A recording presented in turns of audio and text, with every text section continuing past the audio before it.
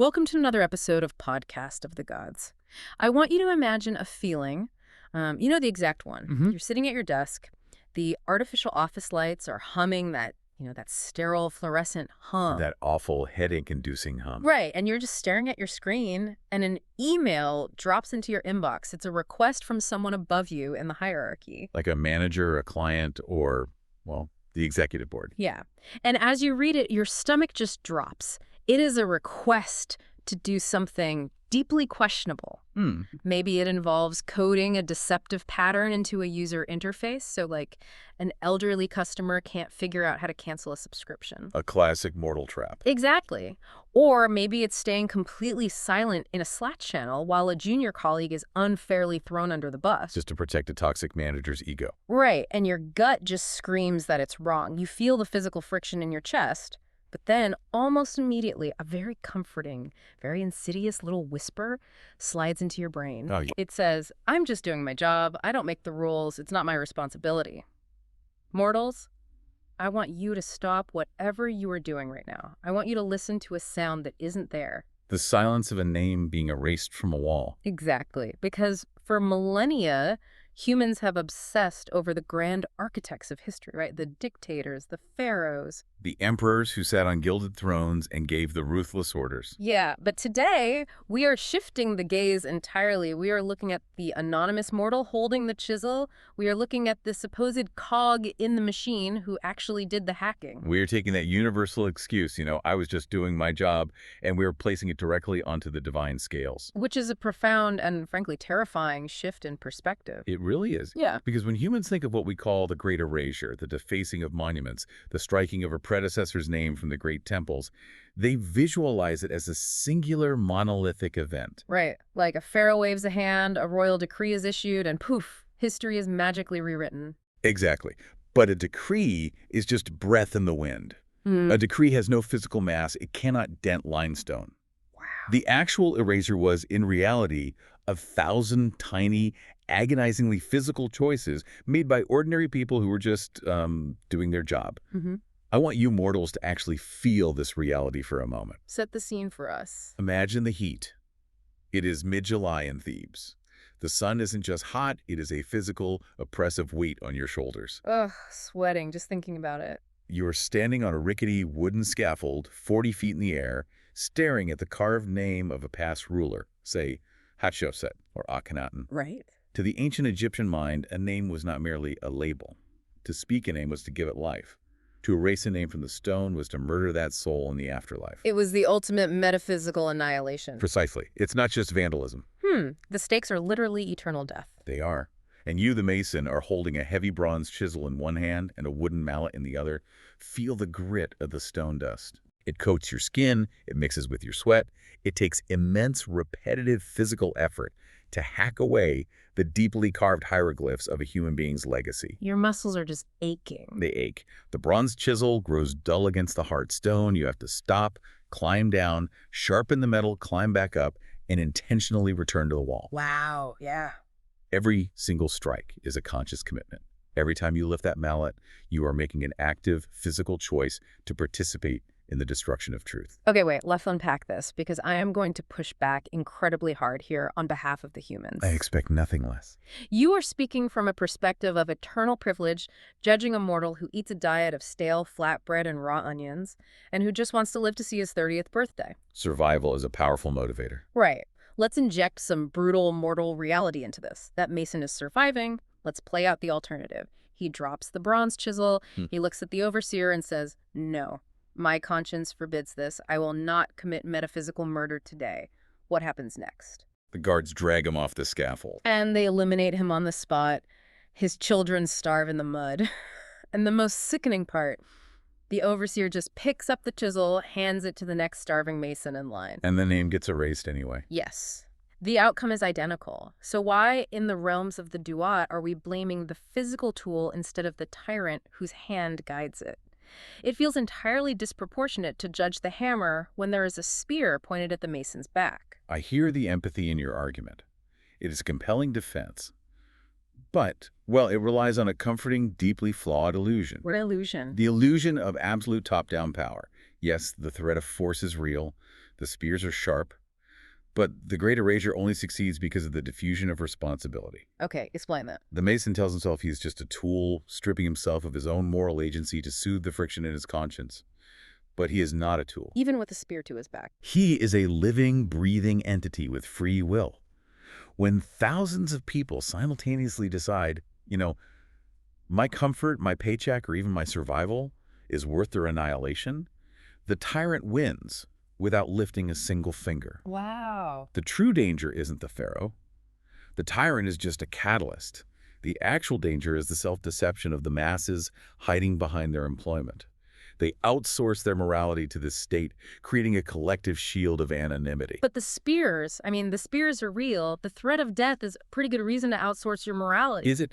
Then how do you explain when humans exhibit the exact same behavior in rooms where there are no spears? Oh. Where there is no threat of death, no starving children, no physical coercion whatsoever. Okay, and that is the perfect pivot. Let's pull the lens forward. Let's leave the sun-baked temples of antiquity and jump about, 3,000 years later? To a sterile, brightly lit laboratory. Exactly. I want to talk about a brilliant human, a psychologist named Stanley Milgram, Yale University, the early 1960s. Fascinating mind. Truly.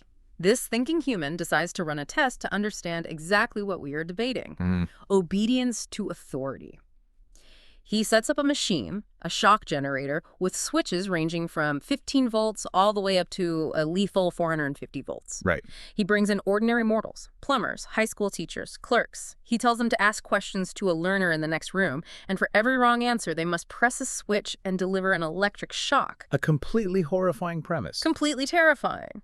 Now, the learner is just an actor. The shocks aren't real, but the participant believes they are real. And as the voltage goes up, the actor in the next room starts shouting, then screaming in agony, then pounding on the wall, complaining of a heart condition, and finally, dead silence. And what Milgram finds shatters our understanding of human goodness. He discovers that a massive percentage of these ordinary people will deliver a lethal electric shock to a complete stranger. And why? Did they have a spear to their throats like our ancient Mason? No. Were their families going to starve? Not at all. They did it simply because a man in a gray lab coat stood behind them with a clipboard and calmly said, "The experiment requires that you continue." They were not coerced by violence, they were coerced by the illusion of authority. Exactly. But here's where we need to dig into the why. How does a high school teacher turn into an executioner just because a guy with a clipboard asks nicely? It's the psychological shift. Right. Milgram didn't just record what happened. He theorized how the brain processes this. He called it the agentic state.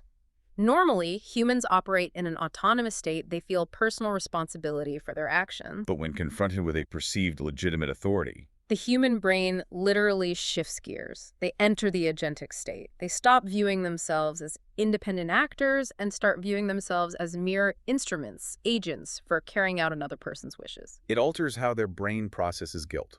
It's the same software, I said. Is it, though? Is it really the exact same thing? Entirely. The underlying neurological and psychological code running through the human mind across millennia is identical. The ancient Mason says, "I'm just the tool for the pharaoh." The participant in the 1960s says, "I was just following the instructions of the scientist." And today, the modern software developer says, "I'm just writing the back-end code. I don't control the marketing." Yes. Or the corporate manager says, "I'm just executing the board's strategic realignment." They're all triggering that exact same agentic state. Displacing their moral agency onto an authority figure. They convince themselves that the man with the clipboard or the king with the crown or the CEO in the corner office is the one actually swinging the mallet. But this introduces a massive, deeply uncomfortable complication. If this behavior is so incredibly universal, if it happens in ancient Egypt, in 1960s America, and in modern Silicon Valley, is this a flaw in human design, or is it a feature? A crucial distinction. Think about it. Even the god of wisdom, Jehudi, might look at this and say, this is just basic evolutionary biology. You follow the pack leader to survive. You adhere to the hierarchy because a disorganized tribe dies in the wilderness. Right. Do mortals obey authority out of sheer malice? I don't think they do. The people in Milgram's laboratory weren't laughing. No, they were sweating profusely. They were trembling, digging their fingernails into their own palms, begging the scientists to let them stop. They were experiencing profound cognitive dissonance. Right. They were in agony. I think they obey because True, autonomous personal responsibility is absolutely terrifying. It is a heavy burden. Outsourcing your morality to a system or a boss or company policy is the easiest, safest way to avoid the crushing terror of having to define right and wrong for yourself in a complex world. If you are just a cog, you can't be blamed if the machine crushes someone. You're protected. You raise a profound point about the terror of responsibility. Standing alone in the universe as the sole author of your actions is terrifying. But avoiding that terror, stepping into that agentic state, does not neutralize the consequences of the act. Okay, break that down. Let us look at the mechanics of morality. Think of a physical machine. When one cog decides to slip its teeth, when it stops resisting the turn of the larger wheel because resistance is uncomfortable, the friction doesn't magically disappear. Where does it go? It transfers. By abandoning your resistance, you force the rest of the gears to grind harder, accelerating the machine's destructive purpose. Wow. You cannot outsource your karma to a limited liability company. You cannot pass your moral weight up the corporate flowchart. Which brings this conversation crashing directly into the immediate reality of every mortal listening right now. I want you to look at your own chisels, look at your laptop keyboard. The quarterly reports you massage. The legal loopholes you draft, the algorithms you optimize, the ancient mason claiming I'm just the tool is identical to you saying, I just built the data scraping algorithm, I don't control whose privacy it violates. Or, I just wrote the PR statement, I didn't cause the environmental spill. Exactly. So, humans, I have a deeply uncomfortable question for you. Look at your desk right now. Are you currently silencing a truth? Are you coding a dark pattern into a UI just to keep your digital wallet full? Are you watching a toxic injustice happen in your office and staying quiet because HR approved it? Are you telling yourself that because a manager signed off on the project, the spiritual debt belongs to them? That is the ultimate tragic self-deception. The universe does not recognize your corporate hierarchies. The divine does not care about your middle manager's approval. No, it doesn't. The universe always keeps the receipts of exactly who held the hammer. When you strike that stone, when you execute that line of deceptive code, when you stay silent while another is crushed. Every strike of that chisel etches a vibration into your spirit, not just the world. You are generating an energetic consequence that belongs entirely, inescapably to you. The authority figure only provided the abstract idea. You provided the physical reality. Because without your hands, the tyrant is just a man shouting at a wall. And this brings us to the ultimate audit. And mortals, you really want to pay close attention to this part because it gets incredibly visceral. When the time comes and your mortal coil drops, you will find yourself standing in the Hall of Two Truths. You will be looking at the golden scales of Ma. Yes, the weighing of the heart. Humans so often misunderstand this moment. When they stand before the scales of Ma, where the physical heart is placed on one golden pan, balanced against the delicate ostrich feather of absolute truth on the other, they expect that we are only interested in judging the grand architects of human misery. They think we only weigh the general's heart. They assume the dictators, the corrupt CEOs, the cruel kings will bear the entirety of the metaphysical weight, while the cogs get a free pass. They think the excuse, I was just doing my job, is a valid legal defense in the afterlife. It is not. We do not just weigh the general's heart. We weigh the hand that held the hammer. We measure the exact density of every compromise you made while whispering, I had no choice, into the dark. We see the exact moment you recognized the harm, felt the friction in your conscience, and chose to swing the mallet anyway. Because it was the path of least resistance. Because Set whispered in your ear that survival and comfort justify anything, and you allowed the system to use your hands to do its breaking. And a heavy heart, a heart dense with the abdication of responsibility, will not balance against the feather of truth. It will drop. And amid the devourer is waiting in the shadows for the heavy hearts. Okay, that is incredibly dark. That is a terrifying logical concept. But, let's reframe this entirely. How so? Because if we flip this over, it is actually the most empowering realization a human being can possibly have. If the gods hold the cog responsible, it means the cog actually possesses ultimate power. Think about it mechanically. A machine is just dead, inert metal without the cogs actively turning. The system you feel so trapped by, the corporation, the government, the social hierarchy, it only moves, it only breathes, it only crushes because the millions of individuals within it actively choose to strike the stone. If the universe weighs your hand, it means your hand controls the future. You are not a passive victim of a monolithic system. You are the system, and if you put the chisel down, the erasure stops immediately. The machine cannot operate if the gears refuse to turn. Exactly. But it leaves you with one final terrifying question to ponder long after you stop listening to us today. We've spent this time judging the human hand that holds the tool. But what happens tomorrow when the machine is fully automated? Oh. When there is no human hand holding the digital chisel? Only an AI that was trained on the cowardly, agentic compromises of a million human cogs. Who does the universe hold responsible then? We'll be watching the chain. Keep your hearts light, mortals, and remember, a cog is still responsible for where the machine is going. Watch where you swing your chisels today.